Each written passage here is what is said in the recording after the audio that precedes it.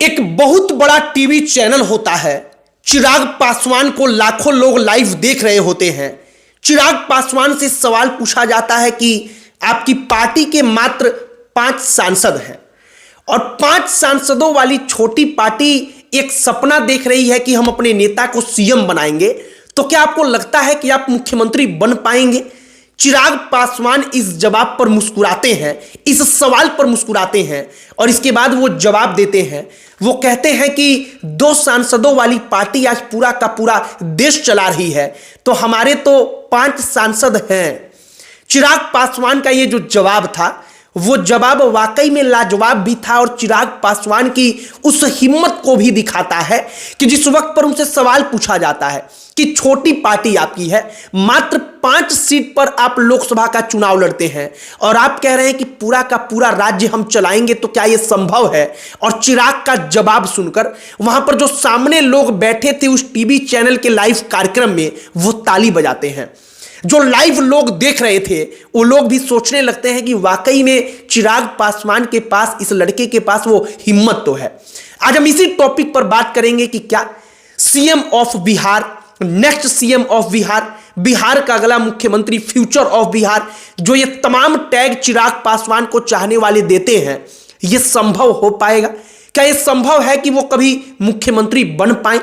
आगे बातचीत करने से पहले हमारा नमस्कार स्वीकार करिए। हमारा नाम मोहित कुमार सिंह है और चिराग पासवान ने अपनी पार्टी को कहां से कहां पर लाया है, कितने महीने में, आप इसका गुना गणित एक बार अपने मन में करिए। पूरी की पूरी पार्टी टूट गई, बर्बाद हो गई। पशुपति पारस के साथ साथ जो उनके चाचा थे, जो सबसे बड़े थे, उनके परिवार में अब सबसे ज्यादा राजनीति का अनुभव उनको था, वो उनका साथ छोड़कर चले गए। तमाम जो पुराने सांसद थे, जो उनके पिताजी के समय में उनके साथी हुआ करते थे, उनके साथ साथ रहते थे, वो छोड़कर चले गए। चिराग पासवान ने नई पार्टी अपनी बनाकर उसे खड़ी की और 5 सांसदों को जिताकर खुद भी लोकसभा में पहुंचे। चिराग पासवान केंद्र में मंत्री बने, लेकिन मुख्यमंत्री का पद मिल जाना उतना ही पेचीदा सवाल है। पेचीदा इसलिए क्योंकि सांसद बन जाना, 2-4 सीटों पर सांसदों को जिता लेना, गठबंधन में रहकर वह भी, और मंत्री बन जाना एक अलग विषय है, जो कि रामविलास पासवान हमेशा करते रहे, लेकिन वह भी मुख्यमंत्री नहीं बन पाए। और मुख्यमंत्री का पद जो है वो भाग्य वाली भी बात है। भाग्य वाली बात इसलिए है क्योंकि कई राज्यों में आप देखिए, जहां पर जो बड़ी पार्टी है उसका सीएम नहीं होता है, बल्कि छोटी पार्टी का सीएम होता है। बिहार में ही आप उदाहरण के तौर पर देखिए, नीतीश कुमार की पार्टी छोटी है, फिर भी बीजेपी ने उनको मुख्यमंत्री बनाया। आप महाराष्ट्र में देखिए, शिंदे जो थे, उनके पास कम विधायक थे बीजेपी से, फिर भी बीजेपी ने उनको मुख्यमंत्री बनाया। आप कर्नाटक के इतिहास में देखेंगे तो आपको पता चलेगा कि एचडी कुमारस्वामी ऐसे ही मुख्यमंत्री बने, उनके कम विधायक थे, फिर भी बड़ी पार्टी ने उनको अपना सीएम बनाया। अब एक मौका तो यह हो सकता है कि चिराग पासवान बेहतरीन प्रदर्शन करें, कुछ सीट जीतें और उस वक्त पर राजनीतिक परिस्थिति ऐसी बने कि चिराग पासवान को सीएम बनाना पड़ जाए। चिराग पासवान के लिए अब दूसरा रास्ता कि चिराग पासवान अपना जनाधार बढ़ाएं। और सबसे बड़ा सवाल यही है कि क्या वाकई में चिराग के पास इस वक्त पर उतना जनाधार है जो जनाधार उनको सीएम बना पाए? तो इसका जवाब हम स्पष्ट तौर पर कहेंगे कि नहीं, उतना जनाधार नहीं है। लेकिन हां, लोकप्रियता उनकी है, सोशल मीडिया पर लोग उनको देखते हैं, उनको पसंद करते हैं उनको सुनना। और जनाधार अगर वो बनाना चाहे, वो सड़क पर उतरकर जनता के बीच में, जैसा उन्होंने पार्टी टूटी थी उसके बाद जो यात्रा किया, उस प्रकार का लगातार कोई यात्रा करे, पूरे के पूरे बिहार में घूमे, तो शायद वो जनाधार धीरे धीरे बन सकता है। सबसे पहले जनाधार बनाने का जो पूरे के पूरे इकोसिस्टम होता है, उसमें देखा जाता है कि उस नेता को कौन कौन जातियां सपोर्ट कर सकती हैं। चिराग पासवान के लिहाज से हम बात करें तो एक बात सच है कि पासवान जो है वो उनके साथ है। वो वाकई में चिराग पासवान को अपना नेता मानता है, वो जो कहते हैं वो करता है। चिराग पासवान के लिए वो कुछ भी करेगा, बिहार का पासवान। अब पासवान को आप अलग करिए, अगर अगली जातियों में सबसे पहले देखें तो चिराग पासवान की स्वीकार्यता है, क्योंकि चिराग पासवान को उनका जो पूरा का पूरा राजनीति रहा है, उससे भूमिहार को, राजपूतों को हमें नहीं लगता कि विशेष तौर पर कोई दिक्कत है बिहार की राजनीति में। यहां तक कि जब उनके पिता थे, जब चिराग पासवान थे राजनीति में, तब उस वक्त पर उनके पिता के साथ साथ जो पार्टी थी उसमें भूमिहार सांसद थे, राजपूत सांसद थे, हर कोई रहता था। आज की तारीख में भी है चिराग पासवान की पार्टी में उनका इन्फ्लुएंस, मतलब कि भूमिहारों के अंदर भी वोटरों के पास आप जाएंगे, राजपूतों के अंदर भी वोटरों के पास आप जाएंगे, ब्राह्मणों के पास, तो चिराग पासवान को लेकर एक सॉफ्ट कॉर्नर है। मतलब चिराग पासवान को वो स्वीकार कर सकते हैं। सबसे बड़ा पेच है कि चिराग पासवान को अपना जनाधार बढ़ाना होगा, तो पासवान को छोड़कर जो अन्य दलित जातियां हैं उनके बीच अपनी स्वीकार्यता बढ़ानी होगी।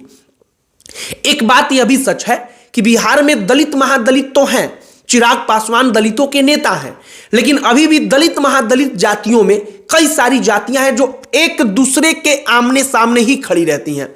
कई दफा ऐसा सुनने को भी मिलता है कि पासवान और मांझी में कुछ विवाद हो गया।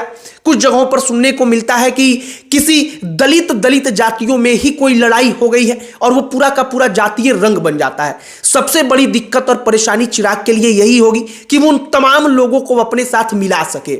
एक और बात है कि चिराग पासवान को अगर जनाधार बढ़ाना है तो उनको वो मेहनत करना होगा जो वो पार्टी टूटी थी उसके बाद उन्होंने किया था। मतलब बिहार के हर अलग अलग जिले में जाकर, हर जगह पर जाकर जो आम लोग हैं उनके बीच पहुंचना, उनको सीधे तौर पर संबोधित करना और जो एक व्यक्तिगत पर्सनल कनेक्शन है डायरेक्ट जनता से, उसको स्थापित करना। जब रामविलास पासवान दुनिया छोड़कर गए थे, इसके बाद चिराग पासवान की पार्टी टूटी थी, तो उनकी लोकप्रियता इसलिए बढ़ी क्योंकि चिराग पासवान जनता के बीच गए तो एक डायरेक्ट कनेक्शन बना, और विशेष तौर पर पासवान वोटरों से डायरेक्ट कनेक्शन बना कि जब पिता मर गए तो हर किसी ने मिलकर चिराग पासवान को परेशान करना शुरू कर दिया।